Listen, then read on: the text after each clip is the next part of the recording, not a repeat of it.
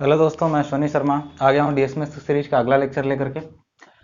पिछले क्लास में हमने बात किया था कि जब कोई स्टील की बीम बनाई जाती है तो उस पर लोड लगता है और लोड के क्या क्या इफेक्ट होते हैं, ठीक है ना। उसमें हमने 5 इफेक्ट के बारे में बात की थी।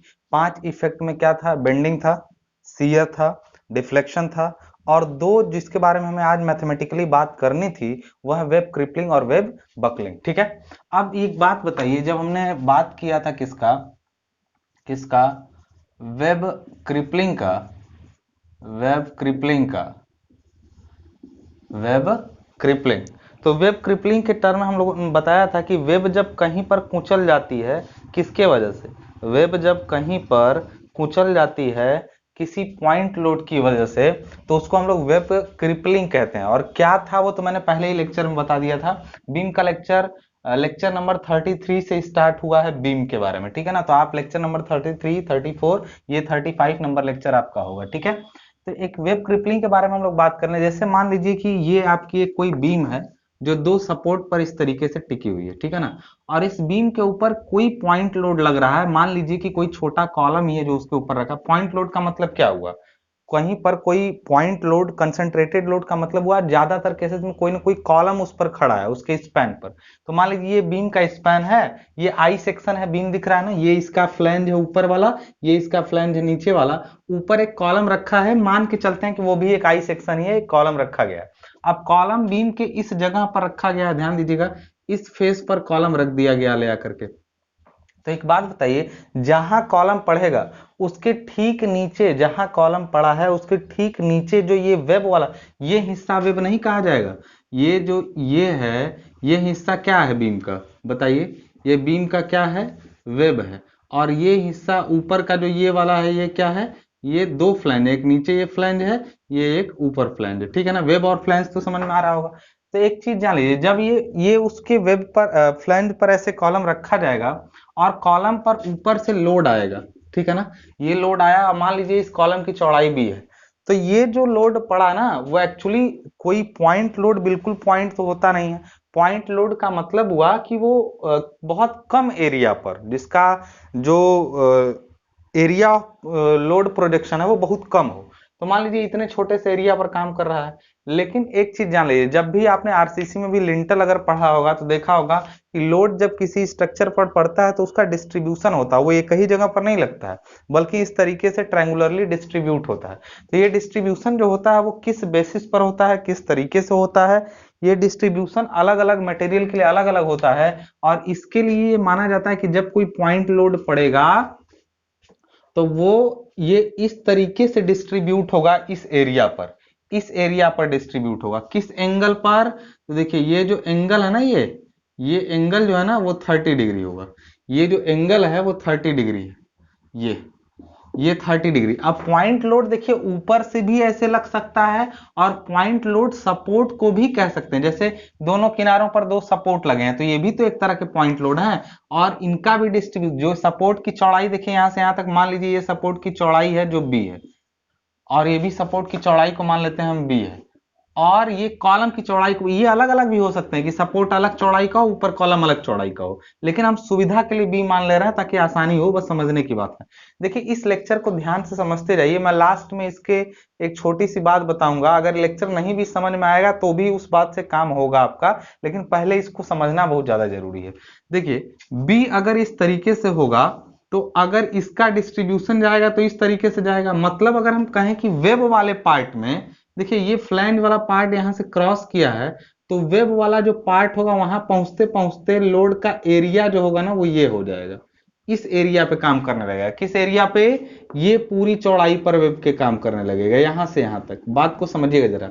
जैसे ये लोड यहां पर पड़ा, जरूर पड़ा, तो देखिए इसी बी पर, बी चौड़ाई पर ये लोड पड़ा है, ठीक है ना। लेकिन अगर बी चौड़ाई को देखा जाए यहां ना पढ़ के, वेब की चौड़ाई बी पर नहीं काम कर रहा है ये, बल्कि यहां तक ऐसे फैलते फैलते ऊपर से आया और इस चौड़ाई पर काम कर रहा है।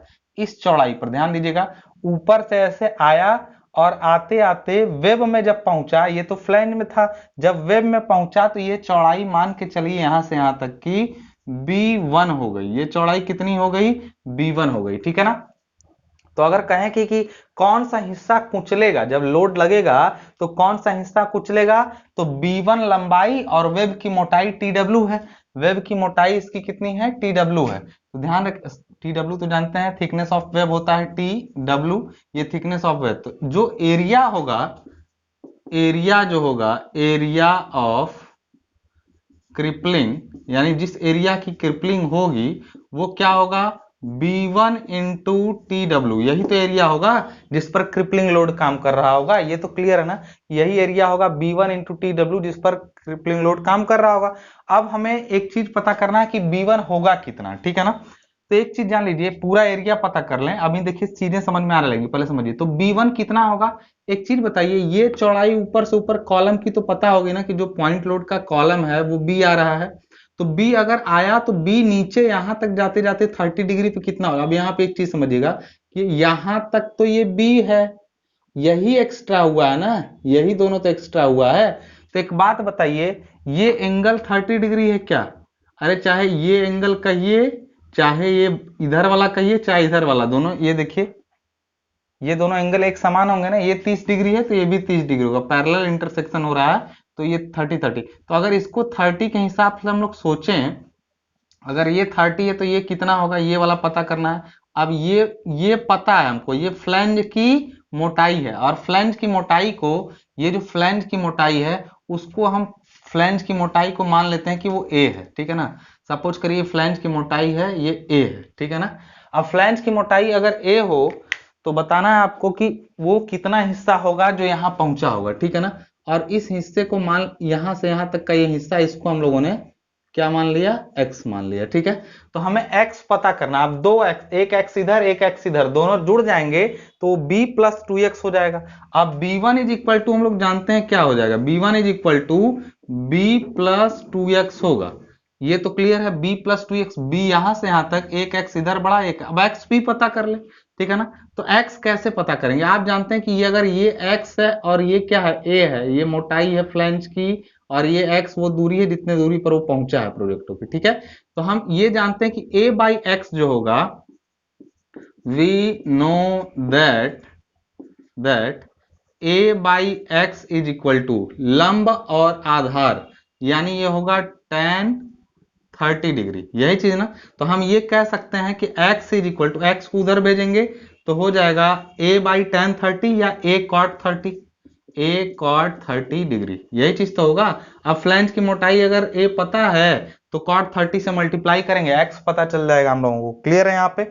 अब एक चीज बताइए, cot 30 की वैल्यू क्या होती है।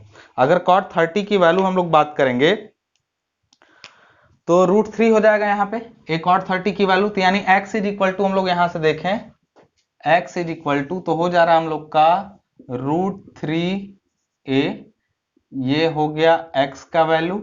और हम जान गए कि b1 इज इक्वल टू क्या हो जाएगा, b1 is equal to b plus 2x, यानी b प्लस 2x। अब x का पता है तो यानी हो जाएगा 2a, देखिए 2 कैसे 2, और x की वैल्यू a cot 30, यानी 2√3a, यही चीज तो हो जाएगा पूरा b1 का वैल्यू। तो b प्लस 2√3a, क्यों, क्योंकि 2a था, 2x था, x की वैल्यू है √3a, ठीक है ना। तो हमने यहाँ पर 2√3a लिख दिया पूरा का पूरा।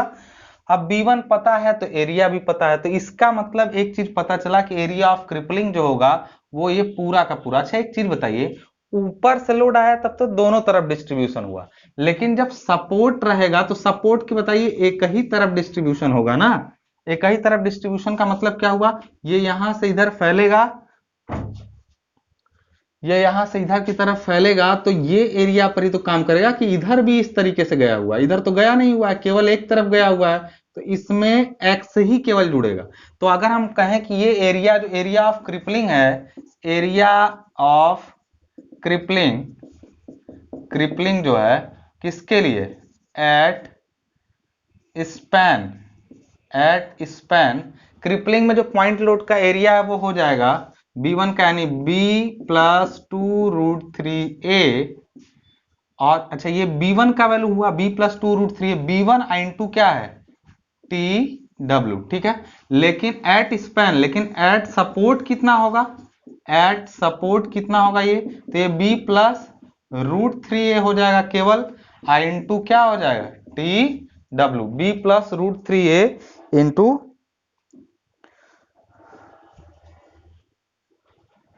T W. हो गया क्लियर आपका यहाँ पे? तो सपोर्ट पर एरिया ये होगा और मतलब बीच में एरिया ये हो जाएगा। अब एक बात बताइए, एरिया अगर पता चल चुका है, एरिया कैसे है समझ रहा है ना? क्योंकि अगर ये B1 इसकी चौड़ाई है और वेब की मोटाई TW है, तो उसी एरिया पर तो ये लोड काम कर रहा है, तो एरिया पता चल गया।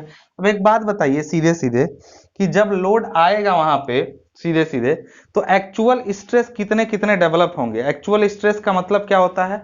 अगर कॉलम पर सपोज करिए लोड P आ रहा है, इस P लोड आ रहा है, तो वो इसी एरिया पर काम करेगा, यहां से यहां B1 इंटू TW पर। तो हम लोग यहां पर कहेंगे actual stress is equal to load upon, कहेंगे क्या हम लोग, बी अपॉन से किसके जगह पर करेंगे, लोड अपॉन। अब चलिए ये इसी के लिए स्पैन पर लिए बात कर रहे हैं, स्पैन पर कहीं भी पड़ जाए तो B plus 2√3a into T W, यही तो काम कर रहा है, नहीं समझे बात को? एक्चुअल स्ट्रेस मतलब अगर हम बात करें कि वेब पर जो क्रिपलिंग के लिए स्ट्रेस जनरेट हो रहा है वो यही होगा। क्यों? क्योंकि लोड है P, एरिया है, तो उस पर यही स्ट्रेस आ रहा है। अब आपको देखना है, जब आपको न्यूमेरिकल लगाना होगा ना, तो आपको देखना होगा, दे देगा कि एक पॉइंट लोड इतना आ रहा है, तो पॉइंट लोड पता चल गया। बोल देगा जो ऊपर पॉइंट लोड की चौड़ाई है, जो कॉलम या कुछ भी रखा गया रिजिड, मतलब कोई स्टिफनर रखा गया, अभी क्या होगा मैं स्टिफनर बताता हूं। कोई स्टिफनर रखा गया है कॉलम जिस पर चौड़ाई जिसकी बी है, और उसके फ्लैंज की मोटाई या फिर उसका ये जो डेप्थ है जिस पर डिस्ट्रीब्यूशन हो रहा है वो आपका पता चल गया ए, और टी डब्ल्यू उसकी मोटाई सब पता चल जाएगा, तो आप एक्चुअल स्ट्रेस निकाल सकते हैं। अब एक्चुअल स्ट्रेस निकाल सकते हैं और एक्चुअल स्ट्रेस बढ़ना नहीं चाहिए, मतलब एक्चुअल स्ट्रेस जो आप निकालेंगे यहां से should not exceed sigma B. Sigma B यहां पे क्या है बताइए? सिग्मा बी बियरिंग स्ट्रेस है। Sigma B is equal to होता है 0.75 FY। 0.75 FY क्या है? यह है सिग्मा बी की वैल्यू। यानी सिग्मा बी जो है आपका जो बियर, अच्छा ये क्रिपलिंग के वजह से जो दब रहा, हमने बताया था ना कि जो क्रिपलिंग का मतलब क्या होता है, वहीं पर लोड लगेगा और ये पिचक जाएगा। पिचकने का मतलब होता है दब जाना। और दबेगा कब? जब एक्चुअल स्ट्रेस ज्यादा हो जाएगा। किससे? अब ध्यान समझिएगा, एक्चुअल स्ट्रेस ज्यादा हो जाएगा किससे? इससे, क्योंकि ये लिमिट है, ये परमिसिबल बियरिंग स्ट्रेस है। ये क्या है? ये है permissible bearing stress. Permissible bearing stress से जब ये ज्यादा बढ़ेगा ना तो दिक्कत, लेकिन बढ़ना नहीं चाहिए। सेफ्टी के लिए ये चीज फॉलो होनी चाहिए। सेफ्टी का मतलब actual stress should not exceed this और मस्ट नॉट एक्सीड दिस, तो नहीं बढ़ना चाहिए इससे, तो फिर इसके अंदर ही रहना चाहिए। तो एक्चुअल हम निकाल लेंगे। मान लीजिए हमने निकाला कि एक्चुअल कितना आया, तो एक्चुअल निकालने के लिए आपको क्या करना पड़ेगा? बी पता होना चाहिए, ए पता होना चाहिए, टी डब्ल्यू पता होना चाहिए, आने वाला लोड पता, एक्चुअल स्ट्रेस पता चल जाएगा। एक्चुअल स्ट्रेस पता चलने के बाद ये तो आपको ऑलरेडी पता है। अब 0.7 FY का वैल्यू 250 रख देंगे ना, तो वो फिक्स है, मैं बता दे रहा हूं आपको। देखिए यहाँ पे ये देखिए ध्यान से, यहाँ पर जो सिग्मा बी होता है वो होता है 0.75 इंटू 250 रख देंगे FY की वैल्यू, तो ये आ जाएगा 187.5 न्यूटन पर स्क्वायर mm। ठीक है, ये आ जाएगी इसकी वैल्यू सिग्मा बी की। तो इसका मतलब actual stress should not exceed this. अच्छा मान लीजिए बढ़ गया, फेल मतलब ऐसा लोड आया कि आपका एक्चुअल स्ट्रेस 200 आ रहा है। एक्चुअल स्ट्रेस कितना आ रहा है? 200। आप कहेंगे अरे यार तब तो दिक्कत हो गई, तो आप क्या करेंगे? इसका बियरिंग वाला बढ़ा, 200 तो उससे ज्यादा हो गया ना, तो आप तो चाहेंगे कि 200 ना हो, या तो वो 200 से नीचे आ जाए या ये 200 से ऊपर चल जाए। ये 200 से ऊपर नहीं जा सकता, परमिशन ही नहीं है, इससे ज्यादा बेयरिंग स्ट्रेंथ नहीं ले सकता है। तो फिर इसको 200 के नीचे कैसे, या इसको कैसे उसके नीचे ले आए? तो एक बात बताइए, एक्चुअल स्ट्रेस का फॉर्मूला है लोड अपॉन दिस। अब ऊपर से आने वाला लोड आप नहीं कम कर सकते, लेकिन आप एक काम कर सकते हैं, इसमें देखिए सब कुछ वही रखिए, बस ये बी अगर बढ़ जाए, तो जब बी बढ़ेगा तो ये पूरा बढ़ेगा, तो एक्चुअल स्ट्रेस घटेगा कि नहीं घटेगा? अब बी कैसे बढ़ेगा? तो बताइए कॉलम कितना चौड़ा था? बी ना। तो अगर इसी के नीचे, ध्यान समझिएगा, इसी के नीचे अगर एक ऐसे चौड़ी प्लेट हम लोग ऐसे लगा दिए होते, एक नीचे जैसे कोई कॉलम आ रहा होता है, ऊपर से पॉइंट लोड है, अब उसको पॉइंट लोड को और ज्यादा फैलाने के लिए हम उसका बी जो है ना ऐसे बढ़ा दिए होते पूरा, मतलब कॉलम को डायरेक्ट बीम पर ना रख के उसके नीचे कोई बियरिंग प्लेट रख दिए होते, बियरिंग प्लेट रख दिए होते, तो बियरिंग प्लेट की वजह से अब लोड कैसे जाता, अब लोड ऐसे जाता इसके प्लेट के इधर से, तब तो चौड़ाई इतनी ज्यादा हो जाती पूरी, जो यहां से ऐसे जा रहा था अब वो प्लेट के बाहर बाहर जाएगा, तो चौड़ाई इसकी काफी ज्यादा मिलने लगेगी, और जब ज्यादा चौड़ाई मिलेगी ये वाली, तो इसका मतलब होगा एक्चुअल स्ट्रेस की वैल्यू तुरंत क्या हो जाएगी, अरे बड़े एरिया पे डिस्ट्रीब्यूट होने लगेगा, बड़े एरिया पे डिस्ट्रीब्यूट होने लगेगा, तो इसका एक्चुअल स्ट्रेस का वैल्यू क्या होगा, घट जाएगा। तो अब आपको समझ में आ रहा होगा कि एक्चुअली जब कोई चीज हम लोग कोई ऐसे इसी को रखना है, इस पर हम रख के इस पर लगे जोर लगाना है, तब तो ये धंस जाएगा, इसी में पता चले आदमी मर जाए। इसके नीचे अगर कोई चौड़ी चीज लगा दें हम और फिर इस पर पॉइंट लोड लगाएं, तो ये लोड क्या हो जाएगा, डिस्ट्रीब्यूट हो जाएगा, और डिस्ट्रीब्यूट होने की वजह से बड़े एरिया पर प्रोजेक्ट होगा, तो धंसने का चांस या फिर क्रिपलिंग होने का चांस घट जाएगा या बहुत कम हो जाएगा। आई होप समझ में आया होगा। तो जब न्यूमेरिकल लगाएंगे तो हम लोग एक्चुअल निकालेंगे, फिर ये निकालेंगे, देखेंगे कि सही है कि नहीं, अगर सही है तो ठीक है, अगर गड़बड़ हो रहा है तो उसके नीचे बियरिंग प्लेट या स्टिफनर लगा देंगे, ठीक है। अब एक चीज बताइए, इसका मतलब इसको ज्यादा सॉल्व करने की जरूरत ही नहीं है, जब भी कोई पॉइंट लोड कहीं आ रहा हो तो डायरेक्टली उसको किसी जगह पे ना रख के उसके नीचे बियरिंग प्लेट लगा देंगे, तो वो अपने आप सेफ हो जाएगा वेब क्रिपलिंग में। यानी वेब क्रिपलिंग में बहुत जांच करने की आवश्यकता नहीं है, बस बियरिंग प्लेट लगा दीजिए, वेब क्रिपलिंग में सेफ है। और यही हाल होता है किसमें, वेब बकलिंग में। चलिए आइए देख लेते हैं वेब बकलिंग क्या होता है, ठीक है। अगली चीज, फिर न्यूमेरिकल लगाऊंगा तो समझाऊंगा कि कैसे आसानी से ये चीजें हो सकती हैं, बहुत कम में काम हो सकता है, अभी फिलहाल के लिए समझते जाइए आप, ठीक है। तो अब एक चीज देखिएगा जरा यहाँ पे, अब आता है हम लोग का वेब बकलिंग। बकलिंग का मतलब समझते हैं, बकलिंग का नाम और कहीं सुने थे आप लोग, कॉलम में सुने थे ना, वेब बकलिंग का नाम, वेब नहीं केवल बकलिंग का नाम। बकलिंग का मतलब होता है कोई चीज ऐसे इस तरीके से है तो लोड लगने पर अपने साइड में दब जाना या बकल कर जाना, साइड में इधर उधर हट जाना, ठीक है ना। तो इसका जो वेब होता है ना, जब आई पर लोड लगता है इसके फ्लैंज पर, तो इसकी जो वेब होती है बीच की, मैं इसको मिटा के ही दिखा देता हूं आपको, ऐसे समझिए,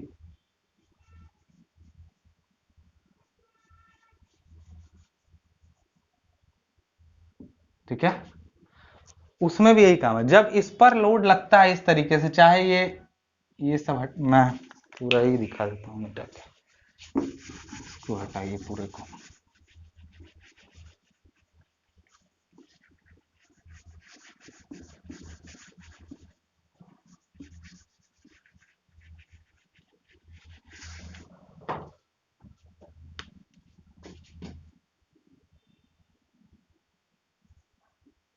इस तरीके से आपका था बीम, इस पर ऐसे जब कॉलम आएगा तो मान लीजिए इसका जो वेब है ना, ये वेब वाला पार्ट, ये पार्ट पूरा, ये साइड में जब बकल करने लगता है ना लोड के कारण, तो उसको कहते हैं बकलिंग होना। अच्छा, बकलिंग के लिए क्या होना चाहिए बताइए, कॉलम बकल ना करे इसके लिए आप क्या करते थे, कॉलम पर एक लोड आता था, उसकी एक क्षमता होती थी, कॉलम पर जो लोड आता था उसकी एक क्षमता होती थी। जैसे आप कॉलम की स्ट्रेंथ कैसे निकालते थे, आप कहते थे सर कॉलम का स्लेंडरनेस रेशियो निकाल लीजिए लैम्डा, आप लैम्डा निकाल लेते थे, लैम्डा के आधार पर एसी निकाल लेते थे, सिग्मा एसी। आप याद करिए जरा, कॉलम में जब कंप्रेशन मेंबर पढ़ रहे थे तो आप लैम्डा निकालते थे, लैम्डा इज इक्वल टू होता था L effective upon R minimum, यही तो होता था लैम्डा की वैल्यू। आप इससे सिग्मा एसी निकाल लेते थे, सिग्मा एसी क्या होता था, सिग्मा एसी लैम्डा के आधार पर टेबल से पढ़ा जा सकता था, याद आना। तो सिग्मा एसी अगर पता चल गया तो strength of column, strength of column आप जब लिखते थे तो क्या होता था, याद करिए, स्ट्रेंथ ऑफ कॉलम में आप लिखते थे सिग्मा एसी इंटू ए ग्रॉस, याद करिए यही लिखते थे, सिग्मा एसी इंटू ए ग्रॉस। अब हम कहें कि कॉलम की स्ट्रेंथ आपने पता कर लिया, और जितनी स्ट्रेंथ है, मान लीजिए ये स्ट्रेंथ 1300 या किलो न्यूटन आ गया, ठीक है ना। 1300 किलो न्यूटन इसकी स्ट्रेंथ आ गई। तो बताइए इस पर लोड हम लोग कितना दे दें, 1400 किलो न्यूटन का। तोड़ के फेंक दें कॉलम को। कभी भी जब स्ट्रेंथ वगैरह की बात की जाती है तो वो स्ट्रेंथ हमेशा जितनी होती है उससे कम ही लोड देना चाहिए। अगर स्ट्रेंथ 1300 है तो आप उस पर लोड 1200 तक ही दे सकते हैं, या फिर 1299 तक दे सकते हैं, लेकिन 1300 से ज्यादा नहीं कर सकते हैं। तो एक बात बताइए, इसी तरीके से मैं अगर इस वेब की देखूं कि कितने पर ये फेल हो रहा है, मतलब इसकी स्ट्रेंथ कितनी है वो पता कर लूं, और अगर लोड उससे ज्यादा है, लोड अगर उससे ज्यादा आ रहा है तब तो गड़बड़ है, और अगर लोड उससे कम आ रहा है तो ठीक है। तो देखिए इस कॉलम का लोड P जो है ना, जो P ऊपर से आएगा वो हमको पता रहेगा कि इतना लोड आ रहा है। हमको बस ये देखना है कि जो लोड आ रहा है उस पर वो ज्यादा आ रहा है कि जो इसकी क्षमता है वो ज्यादा है। क्षमता पता करने के लिए यही काम किया जाएगा। इसका लैम्डा कितना होगा, इसका lambda L effective upon R minimum, क्षमता पता करेंगे, लोड तो पता ही है। कॉलम पे जैसे अभी पता किया आपने कि बीम के ऊपर पॉइंट लोड आ रहा है, तो बताइए उसकी वेब जो है वो सुरक्षित है बकलिंग में कि नहीं है। उसकी सुरक्षा की जांच करने के लिए सबसे पहले आप ये देखिए कि उस पर लोड आ कितना रहा है। चलिए वो P है, पता चल गया। बस इतना है कि P जो है वो कम होना चाहिए जितनी इसकी क्षमता है उससे। अब क्षमता कितनी है, क्षमता जानने के लिए लैम्डा पता करना पड़ेगा, क्योंकि जब वेब बकल करती है ना, वेब पर लोड लगता है, वो बकल करती है, तो वो एक कॉलम की तरह बिहेव करती है। और उसका लैम्डा ये नहीं होता है, क्योंकि इसमें तो प्रभावी लंबाई तो मिलेगी नहीं आपको, उसमें ये लंबाई मिलती है यहां से यहां तक। मान लीजिए ये लंबाई क्या आपकी D1 है, क्योंकि पूरा का पूरा तो देखिए ये डी होता है गहराई, ये आई सेक्शन की बीम बनी होगी तो पूरा गहराई डी है। अब इस डी में से, अच्छा इसको हम पिछला बता रहे थे जब क्रिपलिंग, तो इसको ए माने थे ना, तो अब यहाँ पर D1 इज इक्वल टू क्या होगा, D-2a होगा कि नहीं होगा। D1 इज इक्वल टू क्या होगा, D-2a। ए के इधर से निकालेगी तो बीच वाला जो वेब है, वेब की ही तो बकलिंग हो रही है, वेब वाला हिस्सा ही तो दब रहा है अगल बगल। तो जो लंबाई है वेब की वो लंबाई क्या है, D1 है, और D1 is equal to D-2a है। तो एक चीज बताइए यहाँ पे, यहाँ पर लैम्डा इज इक्वल टू क्या हो जाएगा, तो लैम्डा इज इक्वल टू होता है D1/TW इंटू √3। आप कहेंगे सर इसका आर मिनिमम वो सब नहीं होता है, इसमें देखिए जो सिलेंडरनेस रेशियो होता है ना, वो अलग अलग स्थितियों में अलग अलग तरह से निकाला जाता है। यहाँ जो परिस्थिति है उस स्थिति में लैम्डा की value L effective upon R minimum से ना निकाल करके D1/TW, TW ये देखिए वेब की गहराई है और TW वेब की मोटाई है, √3 कोड का रिकमेंडेशन है, बोला गया आपको लेना है। उसमें क्यों लेना है ये अभी आपके सिलेबस के बाहर है, ये अभी आपको बस आपको जानना है कि वेब की जो ये निकालनी है तनुता अनुपात, वो लैम्डा ऐसे निकलेगा। D1 क्या है, ये इसकी जो वेब है, वेब का गहराई है, TW उसकी मोटाई है √3, ये लैम्डा निकल जाएगा। अब AC इसी लैम्डा की मदद से आप टेबल से पढ़ सकते हैं। आप जानते हैं अगर आपको लैम्डा पता हो तो आप AC भी पता कर सकते हैं, और लैम्डा और AC पता है तो फिर बताइए आपको क्या सिग्मा AC के बाद क्या चाहिए, सिग्मा AC यहाँ पे रख देंगे स्ट्रेंथ निकालने के लिए। अब एक ग्रॉस की जगह पर यहाँ पर भी ध्यान दीजिएगा, जब ये ऊपर से आएगा इधर की तरफ ना, ऐसे ऐसे इस तरीके से, तो इसके केस में जब कोई भी जब बकलिंग चेक करनी होती है तो यहां तक नहीं चेक करते हैं, बल्कि न्यूट्रल एक्सिस तक की चौड़ाई लेते हैं। मतलब अगर ये डी पूरा इधर से, ये चौड़ाई यहां से यहां तक की चौड़ाई पर ये काम करता हुआ माना जाता है। मतलब का इसका जो ऊपर से आया लोड का डिस्ट्रीब्यूशन वो ऐसे आया, वो भी 30 डिग्री पर नहीं, कितने पर आया बताइए, ये एंगल जो होगा ना वो 45 डिग्री पर आएगा, और कहां तक आएगा, न्यूट्रल एक्सिस तक, इसके वेब के इस सिरे तक नहीं। तो इस एरिया पर ये काम करता हुआ माना जाएगा। ऊपर से आया इस तरीके से, न्यूट्रल एक्सिस तक जो लाइन आ रही है उसकी चौड़ाई और उसकी मोटाई वाले एरिया पर काम करता हुआ माना जाएगा। तो जो ए ग्रॉस होगा इसका एरिया, ए जो होगा एरिया, एरिया वो कितना होगा, ये मान लीजिए यहां से यहां तक ये भी B1 है, और जबकि ये इसकी चौड़ाई क्या थी, ये B थी। समझ में आ गई बात ना। तो इसका एरिया जो होगा 45 डिग्री के हिसाब से वो निकाल लेंगे हम लोग कि ये कितना हो जाएगा। तो हम लोग कहेंगे कि इसका जो यहां तक का एरिया होगा वो होगा B1 इंटू TW। समझ गए बात को, B1 इंटू TW क्या हो जाएगा, एरिया हो जाएगा। तो आप इसका जब निकालेंगे कि कितना हो जाएगा, तनुता अनुपात आपको पता चल गया और एरिया आपको कितना पता चल जाएगा, तो कहेंगे कि स्ट्रेंथ, तो sigma AC into B1 into TW। कैसे? स्ट्रेस निकल गया और जिस एरिया पर काम कर रहा है वो निकल गया, एरिया हो गया ये, और ये हो गया स्ट्रेस। समझ में आ गई बात? स्ट्रेस कहां से आया है भाई? पहले तनुता अनुपात निकाले हैं, उससे सिग्मा AC टेबल से जैसे पढ़ते थे कंप्रेशन मेंबर में, सिग्मा AC और इसके बीच में रिलेशन टेबल बना हुआ था ना, उस टेबल से सिग्मा AC पढ़ के रख देंगे और एरिया B1 इंटू TW कर देंगे, देखेंगे कि ये कितना आ रहा है। और ये भाई साहब जो आए, मान लीजिए ये वैल्यू जो आपकी आई वो P, और ये आ गई इनकी P, इसको रख लीजिए आप बकलिंग से PB। तो ये इसकी बकलिंग में स्ट्रेंथ है, तो क्या स्ट्रेंथ से ज्यादा लोड आ जाए? For safety PB should be greater than P, मतलब या P should be less than PB। मतलब कहने का मतलब क्षमता ज्यादा होनी चाहिए और लोड कम आना चाहिए, P हमेशा कम होना चाहिए। अच्छा, अगर ऊपर से आने वाला P बढ़ गया और इसकी क्षमता PB कम आ गई, मतलब PB is less than P, अगर प्रॉब्लम आने लगी तो फिर किसको घटाना पड़ेगा बताइए, या किसको बढ़ाना पड़ेगा? PB ज्यादा होना चाहिए। अब PB ज्यादा होने का मतलब, ये पूरा PB ज्यादा होने का मतलब ये तो होगा नहीं कुछ, B1 को आप बढ़ा सकते हैं। क्यों? क्योंकि B1 डिपेंड करता है किस पर? देखिए इसी B पर, B से ऐसे आया, इसके नीचे भी अगर स्टीफनर ऐसे लगा देंगे या बियरिंग प्लेट लगा देंगे तो ये और बड़े एरिया पर प्रोजेक्ट होगा, तो इसका B1 अपने आप बढ़ जाएगा, और जब B1 बढ़ेगा तो PB बढ़ेगा। सुरक्षा के लिए यही तो चाहिए कि PB हमेशा P से ज्यादा हो, यानी जब भी P बढ़ने लगे आप PB को बढ़ाइए। PB को बढ़ाने के लिए आपको क्या करना पड़ेगा? B1 को बढ़ाना पड़ेगा, और B1 को बढ़ाने के लिए कुछ नहीं, इस B को बढ़ा दीजिए, यानी कॉलम के नीचे एक बियरिंग प्लेट लगा दीजिए ताकि और बड़े एरिया पर डिस्ट्रीब्यूशन हो जाए। तो आई होप आपको चीजें समझ में आ गई। दोनों ही केस में, चाहे क्रिपलिंग की बात करें चाहे बकलिंग की बात करें, दोनों केस में कुछ नहीं करना है, केवल आप नीचे स्टीफनर लगा दीजिए अपने आप बियरिंग में, और क्रिपलिंग में ये सेफ हो जाएगा। मतलब क्रिपलिंग में और बकलिंग में दोनों में सेफ करना है तो कॉलम के नीचे चुपचाप आप एक बियरिंग प्लेट लगा दीजिए।